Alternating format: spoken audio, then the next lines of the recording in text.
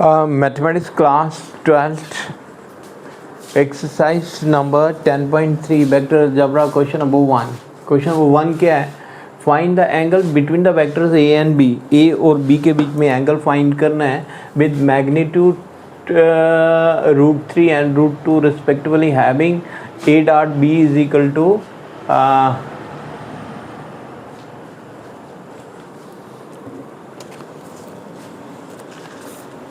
A dot B is equal to √6। ठीक है, तो √6 के बराबर है A dot B is equal to √6। ये गिवन है। नाउ सॉल्यूशन, ए और बी के बीच में एंगल फाइंड करना है। Find the angle between A and B. तो यही हमने लेट करने की, let theta be the angle between A and B. Let theta be the angle between vector A and vector B. ठीक है, सपोज करेंगे ये वेक्टर ए है, ये वेक्टर बी है, इन दोनों के बीच का एंगल थीटा, ये हमने फाइंड करना है। ये वेक्टर ए है और ये वेक्टर बी है। ठीक है, let it be right A and B. खैर ये ज़रूरत नहीं थी। अब जो गिवन है हमारे पास, their magnitude mean mod of A is equal to √3, ये गिवन है। Mod of B is equal to 2, ये भी गिवन है। और साथ में A dot B is equal to √6, ये भी गिवन है। ठीक है, अब हमें पता है कि डॉट प्रोडक्ट में एंगल फाइंड करना हो तो एंगल का फार्मूला होता है cos of theta is equal to A dot B upon mod of A mod of B, है ना। तो we know cos of theta is equal to A dot B upon mod A mod B.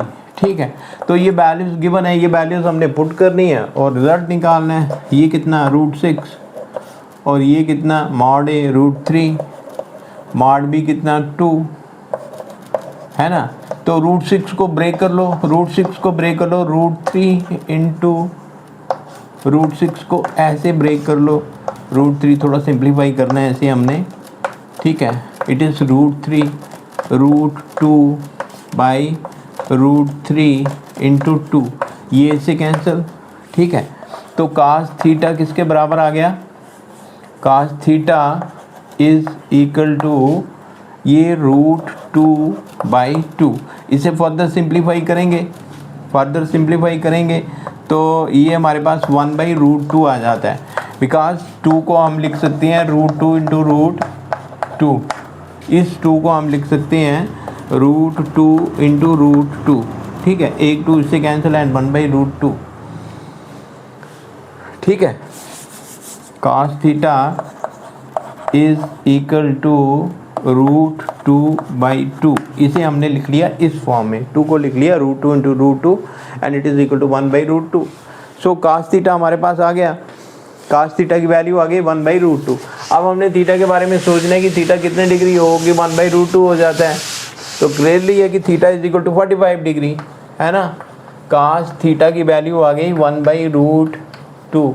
So theta is equal to cos inverse 1/√2। अगर ये इसका आपको नहीं पता कि ये 45 डिग्री है तो आप ऐसे लिख सकते हो theta is equal to cos inverse of 1/√2। बहुत सारे केसेस में आता है, यहाँ पे एंगल का पता नहीं चलता हमें, वो देखना पड़ता है।